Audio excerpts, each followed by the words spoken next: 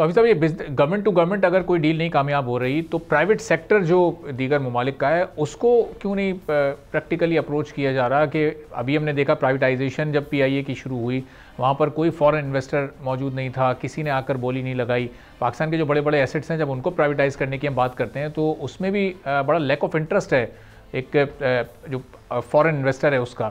تو یہ فورن انویسٹر کے لیے کوئی اٹریکشن اس وقت پاکستان کی مارکیٹ میں موجود نہیں ہے ان حالات میں؟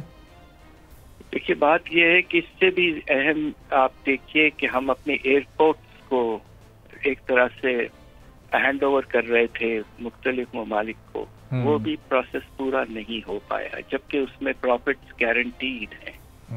تو یہ اس وقت حالات کچھ ایسے ہیں. اس میں تھوڑا سا اگر آپ اجازت دیں تو میں یہ بھی کہوں جی کہ سیاسی پہلو بھی ہے اور کانفرنٹیشن کا ماحول جو ہے وہ انویسٹمنٹ کے لیے کنڈیوسو نہیں ہوتا ہے.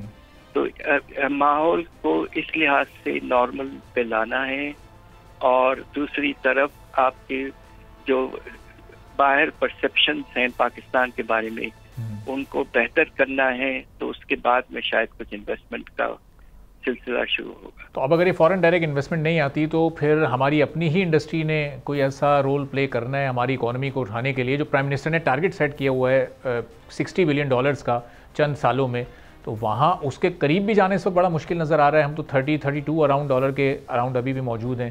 کیسے ہم اپنی ایکسپورٹس کو اتنا ایکسپینڈ کر سکتے ہیں کہ اس ٹارگٹ کے قریب پہنچ سکیں؟ پھر انڈسٹری کو انسینٹیوائز کرنا ہوگا. بات یہ ہے کہ آپ ریالٹی پہ رجحان رکھیں.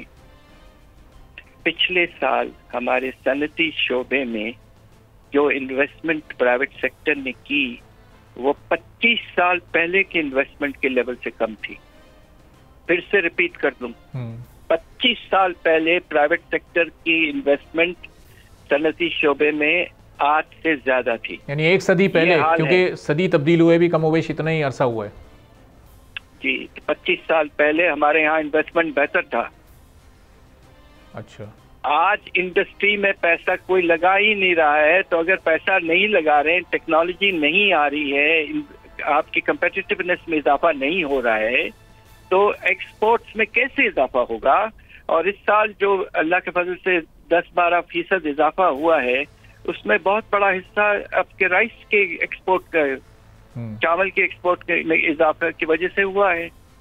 اور تھوڑا کے ایکسپورٹ میں صرف 5 سے 6% اضافہ ہے. تھوڑا بہت چینج ایک آئی ٹی سیکٹر لے کر آیا. ظاہر ہے 25 سال پہلے یہ سیکٹر نہیں ہوا کرتا تھا. آپ $3-4 ارب کا اس کا بھی ایک ایکسپورٹ کا فگر موجود ہے مگر اضافہ نہیں ہے. اور اب انٹرنیٹ کی مسائل کی وجہ سے دیکھیے گا کہ وہ کوئی خاص بڑھے گا نہیں. ابھی تو جب یہ انٹرنیٹ سلو یا ہوتا ہے یا بند ہو جاتا ہے، 1 گھنٹے میں $9,10,000 کا اس انڈسٹری کو، جو آفیشیل فگرز کوڈ ہوئے ہیں اس انڈسٹری کے ایکسپرٹس کی طرف سے، وہ نقصان ہو رہا ہے. بڑی افسوس کی بات ہے. تو حفیظ صاحب جی اب معاملات پھر یہ آگے بڑھیں گے کس طرح سے؟ یہ بہتری پھر ہو کیسے سکتی ہے؟ اگر اس پر بھی آپ تھوڑی روشنی ڈالیں، کچھ وے آؤٹس اگر حکومت کو آپ تجویز کریں. دیکھیے وے آؤٹ کا طریقہ یہ ہے کہ جو آپ نے بجٹ پیش کیا ہے اس کے اہداف جو ہیں وہ سارے حاصل کرنے کی کوشش کریں. ریونیوز کو تیزی سے بڑھائیں، خرچوں کو بہت تیزی سے کم کریں، ڈیولپمنٹ پہ خرچہ بڑھائیں، تعلیم پہ ایجوکیشن بڑھائیں. آپ کو یہ سب فوراً کرنا ہے اس لیے کہ ہر فرنٹ پہ ہم پیچھے جا رہے ہیں. تو اس لیے بہت ضروری ہے سبسکرائب کریں اور بیل دبائیں تاکہ کوئی خبر رہ نہ جائے.